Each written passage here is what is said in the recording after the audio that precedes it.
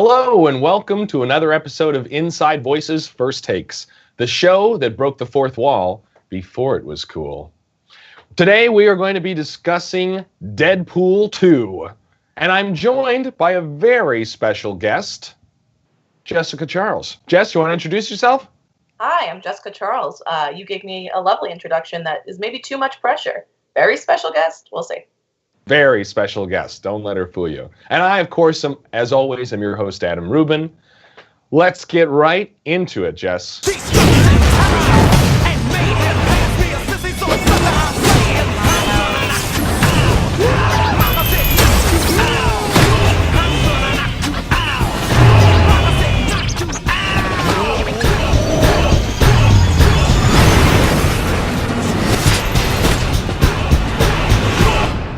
Deadpool 2, what do we think? You know, I loved it.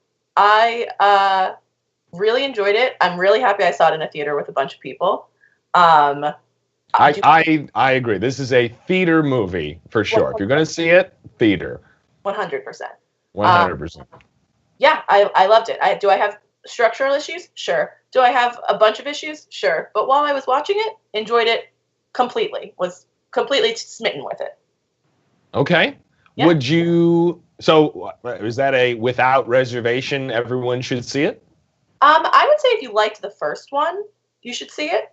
Okay.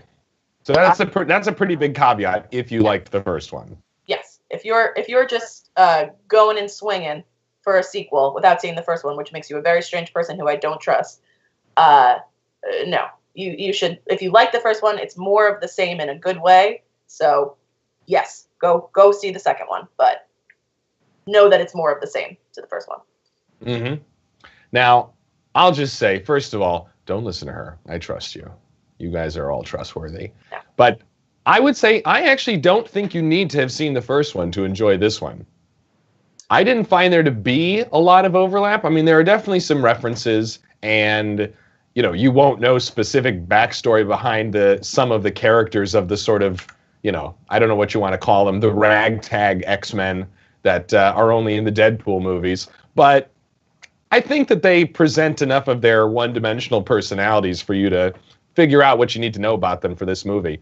I first of all, totally agree. I thought the movie was very enjoyable. I had a good time. Excuse me. I had a good time. I think that it was well worth seeing. And I also say, yeah, go see it. Go see it. I think a good date movie. I wouldn't say it was a good film to see with grandma necessarily. It is definitely a hard R. It's leading very much into the hard R. But I thought it was funny. I thought it was good. I thought it was well done. And I thought it was different enough from the first one not to feel like, oh, I'm just seeing the same movie again. But at the same time, definitely a very similar tone.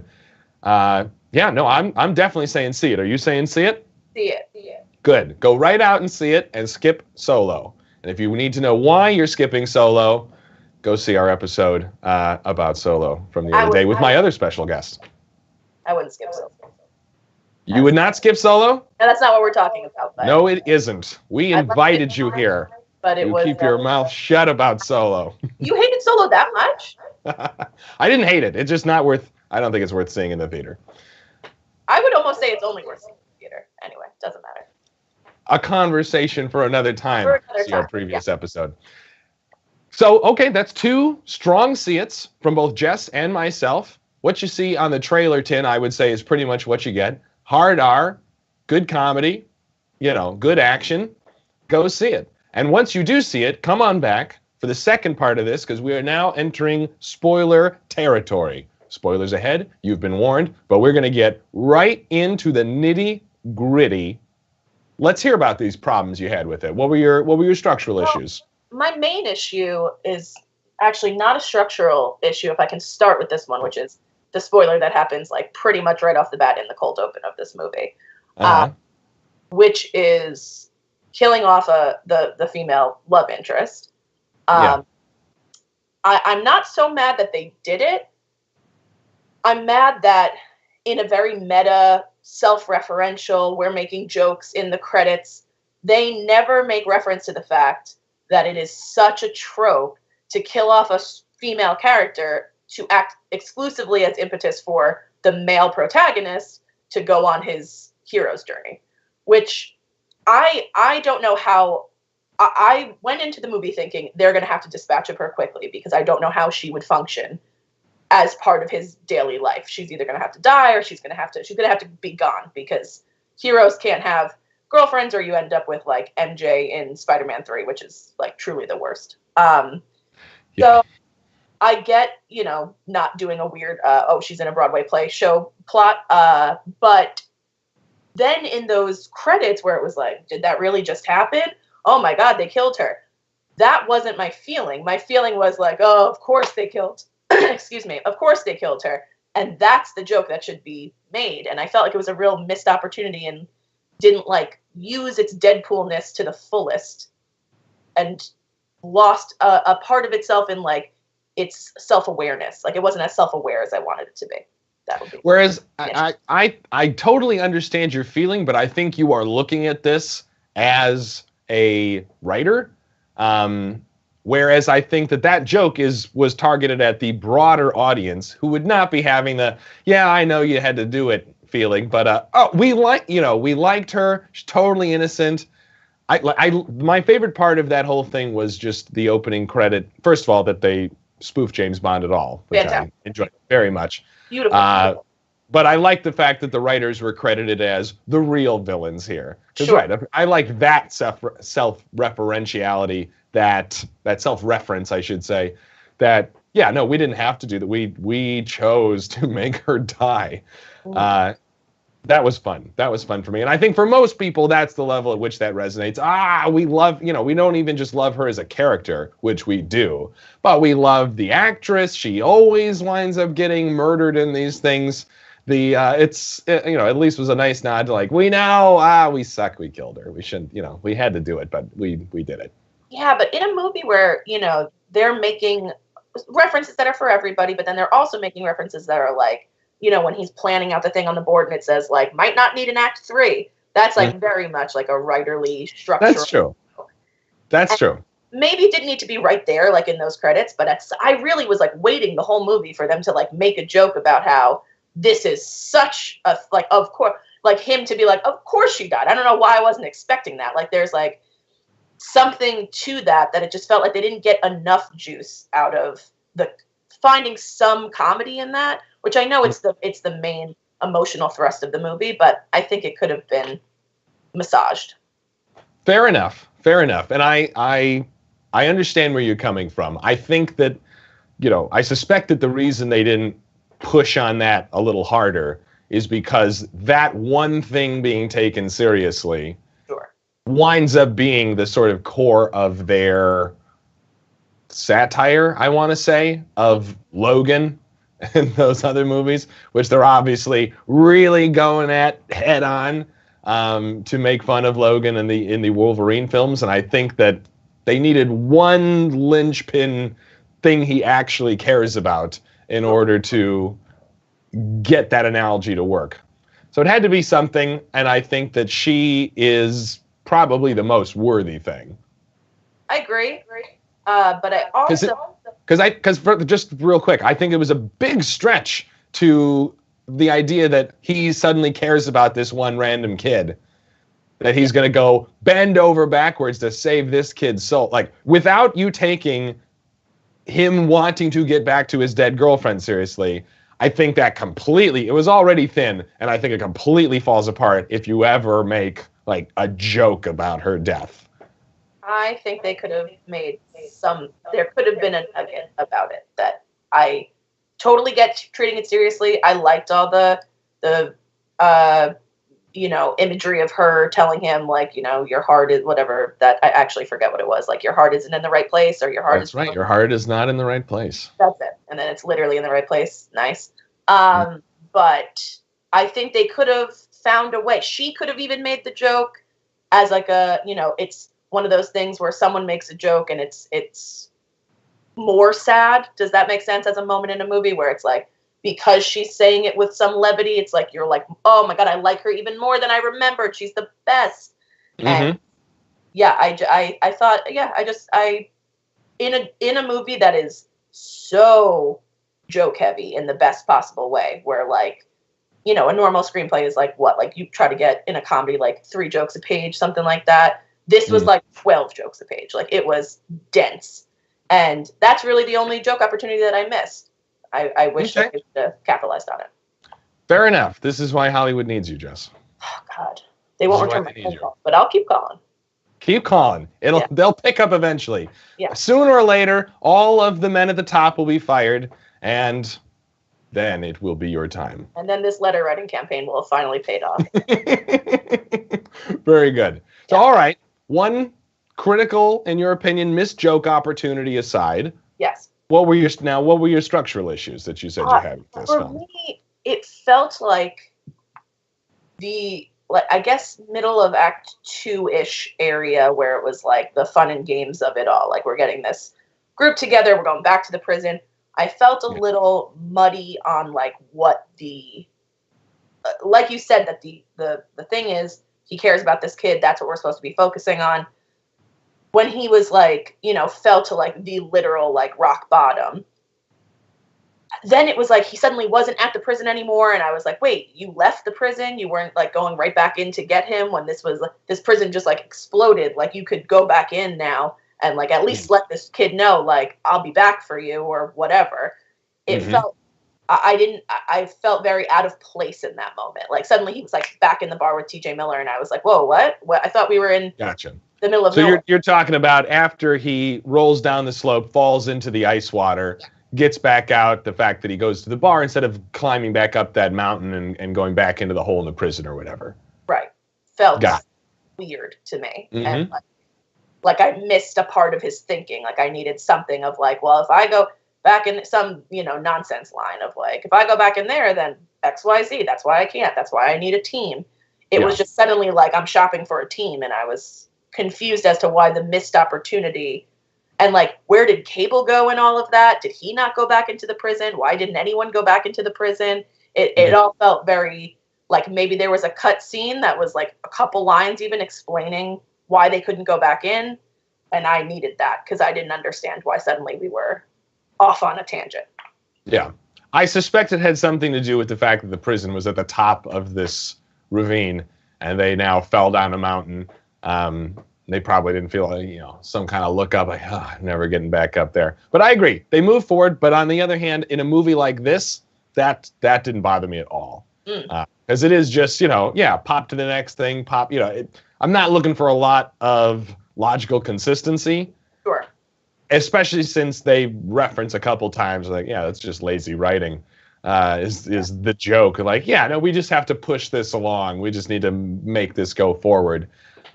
This is the one and only time for longtime viewers of the show where stuff like that does not bother me, because they didn't lean on it. They leaned on the fact that, no, it's not that important. So it wasn't that important to me, especially because the payoff of getting to put together the X-Force was really just made the whole movie worth it to me to see the X-Force in action. Really fantastic. I loved it. I just wish the weigh-in was a little bit better, especially in the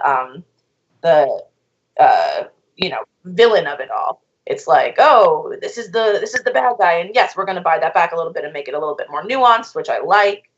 And from the beginning, it's nuanced. There's a teddy bear, okay, but it felt like he was trouble for me in those times, because I was like, what is he doing? He seems to be burning time for not a lot of reason. Like, why does he care what Deadpool's trying to do? He just needs to get to this kid and kill this kid, and then he's like kidnapping TJ Miller, which I also thought the kidnapping TJ Miller scene was definitely a scene that then when all this TJ Miller nonsense went on, they were like, you know what, let's minimize TJ Miller and just put some voiceover in to remove ourselves from this event in the plot and just have him be like, I cracked immediately, and here's all the things I told him, and you don't even have to see me because I'm problematic as an actor and a person.